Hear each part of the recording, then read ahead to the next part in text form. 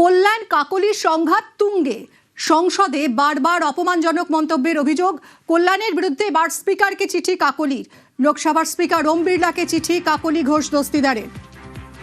তৃণমূলের সাংসদ কল্যাণ বন্দ্যোপাধ্যায় এবং কাকলি ঘোষ দস্তিদারের লড়াই সুবিদিত। কথা বলবো আবিরের সঙ্গে। আবির, এই তরজা তো এবার একটা অন্য মাত্রা পেল। একেবারেই তাই, এবং দুজনেই এখনো পর্যন্ত একই রাজনৈতিক দলের সদস্য, দুজনেই লোকসভাতে একই রাজনৈতিক দলের তরফ থেকে সাংসদ। যেটা জানতে পারা যাচ্ছে যে কাকলি ঘোষ দস্তিদারের তরফ থেকে একটি অভিযোগপত্র লোকসভা স্পিকার ওম বিড়লার কাছে তিনি দিচ্ছেন এবং সেখানে তিনি অনুমতিও চেয়েছেন। এথিক্স কমিটির কাছে যাওয়ার কথাও তারা বলছিলেন এবং তাদের অভিযোগ সেটা হচ্ছে যে ধরনের মন্তব্য করা হয়েছে, যে ধরনের কথা বলা হয়েছে, এটা এক ধরনের অভব্যতা এবং এই ধরনের অশালীন আচরণ কোনোভাবেই করতে পারা যায় না।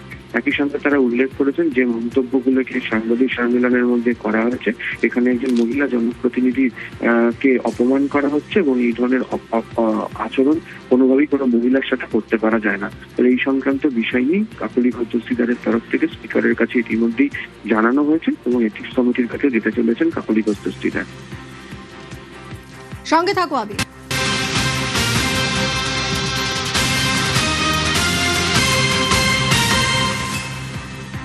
কাকলি ঘোষ দস্তিদারকে নিয়ে কল্যাণ বন্দ্যোপাধ্যায়ের মন্তব্যে জল ঘোলা। মায়ের নামে আপত্তিকর মন্তব্যে সরব হয়েছেন কাকলির ছেলে। কোন মন্তব্য করেছিলেন কল্যাণ বন্দ্যোপাধ্যায় যার জেরে কাকলির ছেলের তিনি হাইকোর্টের দ্বারস্থ হচ্ছেন, শুনবো। প্রাতিষ্ঠানিক দুর্নীতি যদি হয়ে থাকে তাহলে 4 মের আগে মুখ খুললো না কেন? আগে বলতে পারতো।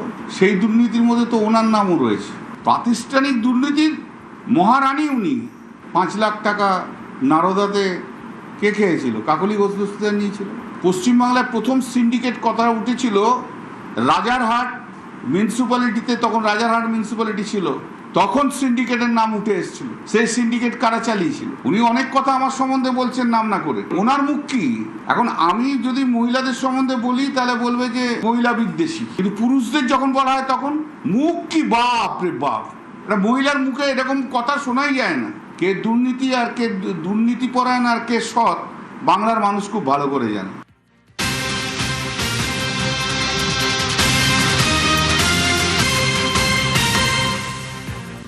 সাংসদ কল্যাণ বন্দ্যোপাধ্যায়ের এই মন্তব্যের প্রেক্ষিতেই এবার আইনি পদক্ষেপের হুঁশিয়ারি। কল্যাণ বন্দ্যোপাধ্যায়কে আইনি নোটিশের হুঁশিয়ারি। কল্যাণ বন্দ্যোপাধ্যায়ের বিরুদ্ধে হাইকোর্টে যাওয়ার হুঁশিয়ারি। রাজনীতিতে অবমাননাকর ভাষার স্থান নেই বলে তোপ। নারী বিদ্বেষে কদর্য আক্রমণ বলে তোপ দেখেছেন কাকলির ছেলে। আবিরের সঙ্গে কথা বলবো। আবির, তাহলে কি পদক্ষেপ করবেন কাকলি ঘোষ দস্তিদারের ছেলে? এবার কি জানা যাচ্ছে? তিনি উল্লেখ করেছেন যে গণতান্ত্রিক রাজনীতি কিংবা জনপরিসরের মধ্যে এই ধরনের কোনো ভাষা থাকতে পারে না এবং একজন নির্বাচিত মহিলা জনপ্রতিনিধির উদ্দেশ্যে যে ধরনের ভাষা প্রয়োগ করা হচ্ছে সেটা খুব খারাপ। তার বক্তব্য যে রাজনৈতিক মতপার্থক্য কখনোই ব্যক্তিগত আক্রমণ, নারী বিদ্বেষ, ভয় দেখানো কিংবা চরিত্র হননের মতো বিষয়গুলোকে বৈধতা দিতে পারে না। সে কারণেই তাদের তরফ থেকে আইনি নোটিশ পাঠানোর ব্যাপারে প্রক্রিয়া শুরু করা হয়েছে এবং তাদের বক্তব্য যে আচরণ করা হয়েছে এক্ষেত্রে দাঁড়িয়ে এটিকে থামানো কোথাও উচিত, আগামী দিনে যাতে এই ধরনের ঘটনা না ঘটে সে কারণে তারা আইনের দ্বারস্থ হচ্ছেন। ধন্যবাদ আবির। ওই সাংসদ যা যা বলেছেন সেটা অত্যন্ত অপমানজনক, অত্যন্ত ডেফেমেটরি এবং কোনো মহিলা বা কোনো মহিলা এমপি সম্বন্ধে এইসব কথা বলা যায় না। উনি অনেক অঙ্গভঙ্গিও করেছেন। এই ইন্টারভিউর পরে আমরা ডিসিশন নিয়েছি যে আমাদের যিনি লয়ার, আমাদের লিগাল টিম, ওনাকে একটা লিগাল নোটিশ দেওয়া হবে এবং কলকাতা হাইকোর্টে আমরা একটা ক্রিমিনাল ডেফেমেশনের কেস করবো ওনার নামে। আমরা চাইবো যে ওনার উপর একটা রিস্ট্রেনিং অর্ডার দেওয়া হোক ফ্রম দ্য কোর্ট। আমি হোপফুল যে কোর্ট একটা পজিটিভ ওয়ার্ডিক দেবে। আর আমি এটাও এক্সপেক্ট করবো যে আমার মা পার্লামেন্টের যে এথিক্স কমিটি সেখানেও যাতে একটা কমপ্লেন দেয়। রাজ্যে পালা বদল। কলকাতা পুরসভায় জোরদার ডামাডোল। বড় চেয়ারম্যানের পদ থেকে ইস্তফা তৃণমূল কাউন্সিলর সুশান্ত ঘোষের। পুরসভার অ্যাকাউন্টস কমিটির সদস্য পদ ছাড়লেন অরূপ চক্রবর্তী। পদত্যাগ করে বিস্ফোরক 2 তৃণমূল কাউন্সিলর।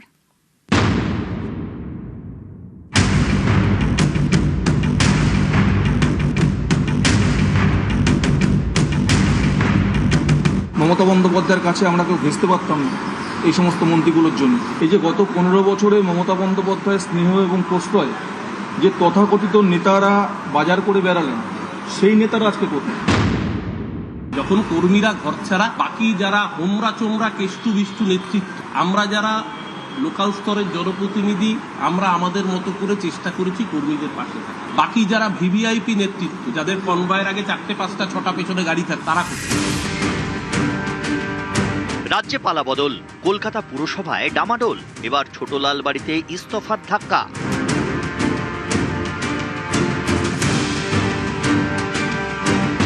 কলকাতা পুরসভার 12 নম্বর বড় চেয়ারম্যান পদ থেকে ইস্তফা দিলেন সুশান্ত ঘোষ।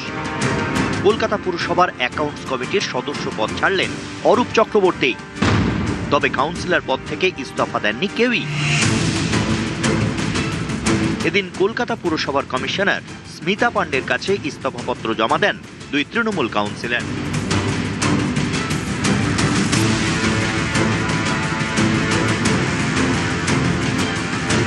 দায়িত্ব ছেড়েই বিস্ফোরক।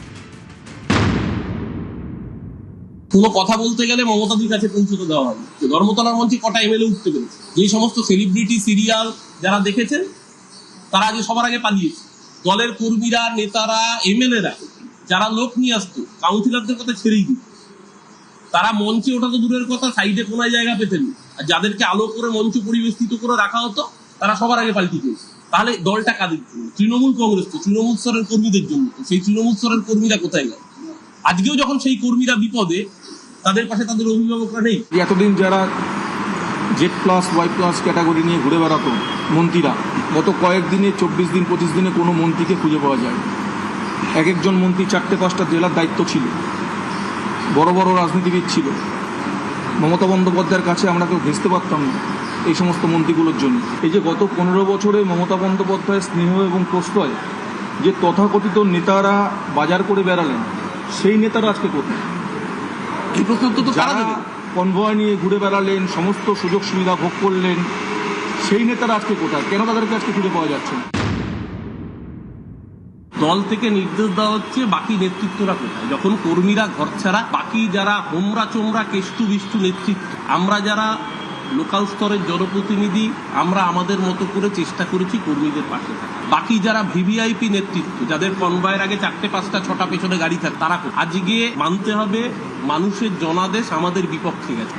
মানুষের ম্যান্ডেট মান্যতা দিতে হবে। আজকের এই রেজিগনেশন, এটা শুধুমাত্র একটা পদ থেকে রেজিগনেশন না, এটা একটা প্রতীকী একটা মানসিক অবস্থান। হারটাকে স্বীকার করতে হবে, গণতন্ত্রে মানুষের উপরে কেউ নেই। বাংলার ভোটে শোচনীয় পরিণতি, 21-এ ডাবল সেঞ্চুরি, 26-এ তার অর্ধেকেরও কম। রাজ্য রাজনীতিতে যখন তৃণমূলের টিকে থাকাই প্রশ্নের মুখে, তখন ক্ষোভের লাভা উগরাচ্ছেন দলের নেতারাই। অধিকাংশ জায়গায় দুপুর 12টার পরে যারা বিজেপি হয়েছে, এই গন্ডগোলটা অধিকাংশ জায়গায় তারা করেছে। 4 তারিখ দুপুর 12টার পরে যারা বিজেপি, 2-1টা জায়গায় যেখানে পুরনো বিজেপির কর্মীরা যুক্ত ছিলেন, আমি অন্তত এই জায়গায় শ্রমিক ভট্টাচার্য যে স্টেটমেন্টটা দিয়েছেন তাকে সাধুবাদ জানাবো এই কারণেই, কারণ 2021 সালে আমরা কিন্তু এই স্টেটমেন্ট দিই। আমরা যতই বলি 2021 সালে আমরা স্টেটমেন্টটা দিতে পারিনি। আজকেও যখন এই ধরনের 2-1টা ঘটনা ঘটেছে, রাজ্য বিজেপি নেতৃত্ব তাদের কাছে জানানোর পরে, তারা খবর পাওয়ার পরে, সেক্ষেত্রে কিন্তু তারা অ্যাকশন নিয়েছেন। সাদাকে সাদা বলতে হবে, কালোকে কালো বলতে হবে। গরিব মানুষের পেটে লাথি পড়লে সমালোচনা নিশ্চিতভাবে হবে, হকারের পেটে লাথি পড়লে নিশ্চয়ই সমালোচনা করার জায়গা আছে। 2010 সাল থেকে কলকাতা পুরসভার কাউন্সিলর সুশান্ত ঘোষ। বছর 2 আগে তার উপরে হামলা হয়। এদিন এ নিয়েও দলেতে নিশানা করেন তৃণমূল কাউন্সিলর। গত 15 বছর ধরে আমাকে লড়তে হয়েছে দলের সঙ্গে। 20 সালে একবার আমার উপর আক্রমণ হয়েছিল, 24 সালের 15 নভেম্বর আরেকবার আক্রমণ হলো। কোথাও গিয়ে আমার মনে হয়েছিল যে তদন্তটা ঠিকঠাক করে হয়নি।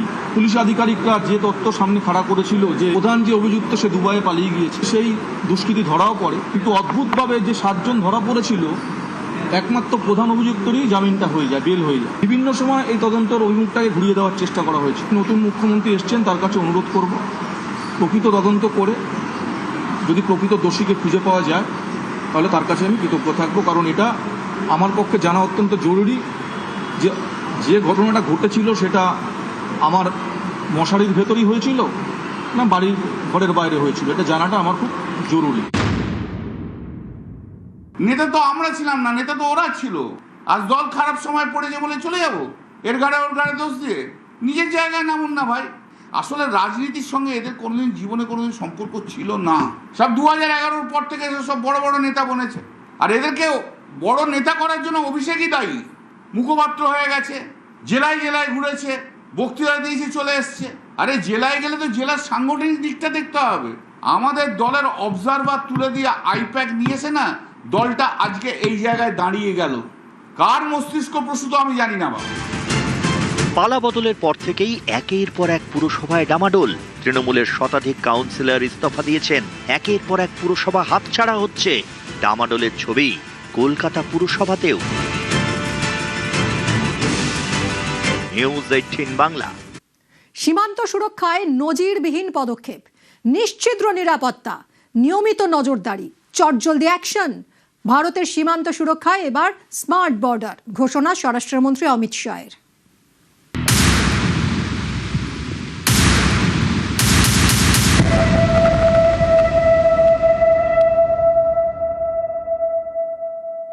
तकनीकी सहायता भारत सरकार करेगी, भारत सरकार का गृह मंत्रालय करेगा। इसके लिए छुटपुट कई सारे प्रयोग सीमा सुरक्षा बल ने कई सालों से किए।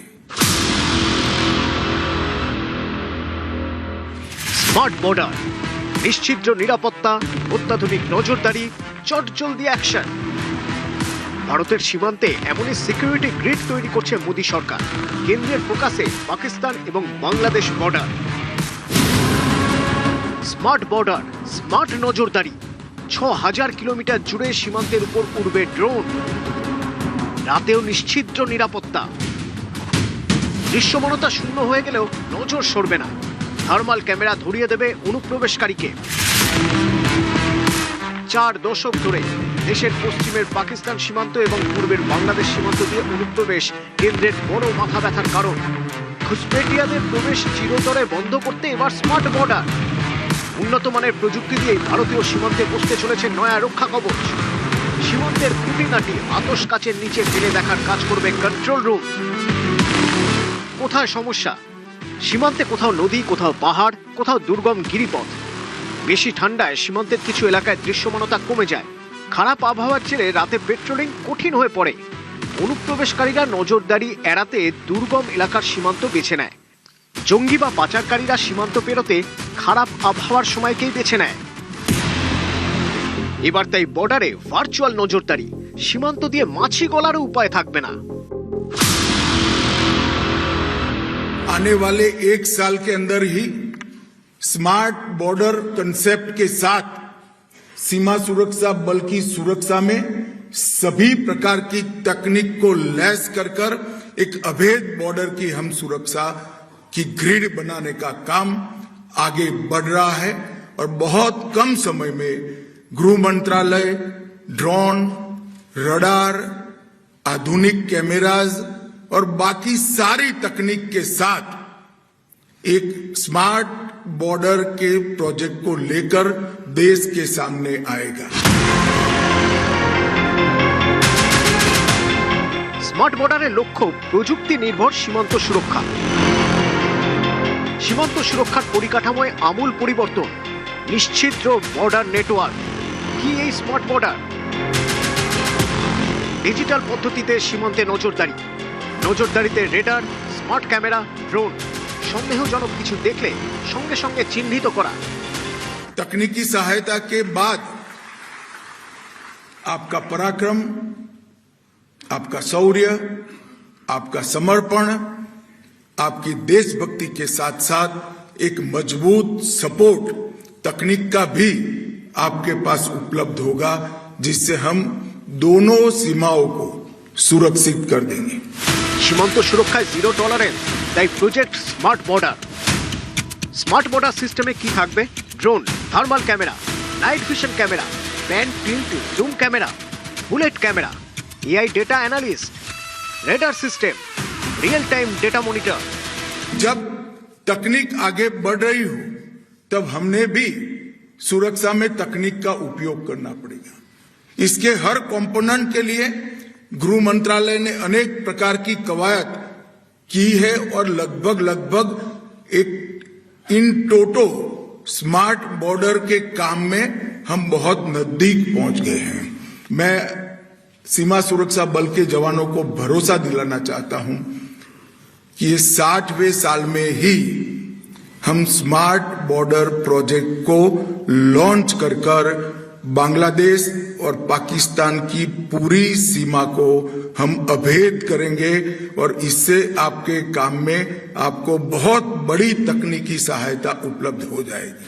দিনে হোক বা রাতে প্রবল বৃষ্টি বা কনকনে ঠান্ডায় অবৈধভাবে বর্ডার পেরোনোর দিন শেষ। এবার নয়া ভারতের নয়া সুরক্ষা ব্যবস্থা স্মার্ট বর্ডার। নিউজ 18 বাংলা।